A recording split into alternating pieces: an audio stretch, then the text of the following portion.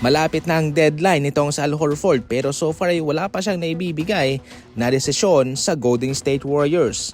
Bale, 2 taon ang kanyang pinirmahan. So, yung nagdaang season at para sa susunod na season. So bali ngayon meron siyang player option kung ano ang kanyang gagawin. Kung ito ba'y kanyang gagamitin para makabalik sa Warriors for the last season o pwede niya po itong tanggihan at pumasok sa free agency at sumugal para makapunta sa ibang kupunan. Nasa 5.9 million ang kanyang player option. So June 29 ang deadline. Kung sa atin po yan sa Philippine date ay nasa June 30. So malaga po ito sapagkat malaki itong kanyang impluwensya para sa Golden State Warriors.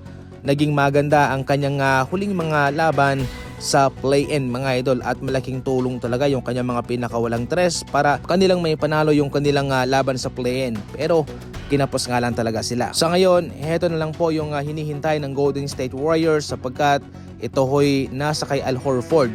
Kung babalik siya, okay naman, ito'y kanilang tatanggapin. Pero kung tatanggihan niya ang kanyang option ay wala rin po silang magagawa at ito'y kanilang rerespetuhin na lamang.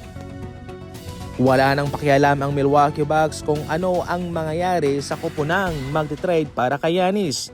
Sa mga nagdang report natin, itong NBA ay tinatanaw na napaka-unrealistic ng kanilang gustong makuha bilang kapalit kay Giannis. Itong Milwaukee Bucks naman ay bago lang pong nagsabi mga idol na wala na silang pakialam at labas na sila kung ano ang mangyayari sa team na yon, kung sino nga ba ang magti-trade para kay Giannis. Eto kasi mga idol, maraming mga star player basically, posibleng 2 ang kanilang ide-demand at mga role players at maraming mga draft picks para kay Giannis.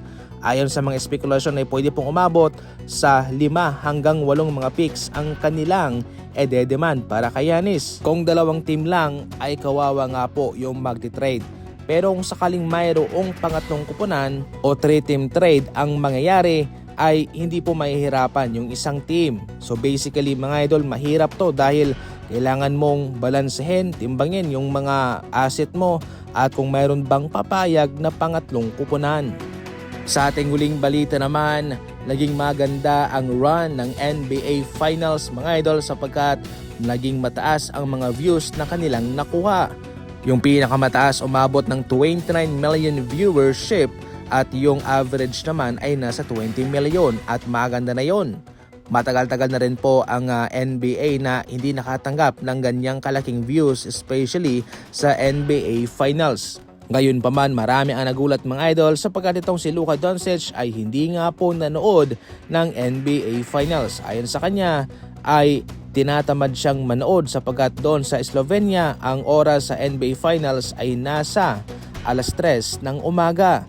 Kaya ayaw niyang gumising ng maaga para lang manood at mas pipiliin pa niyang asikasuhin ang kanyang mga anak.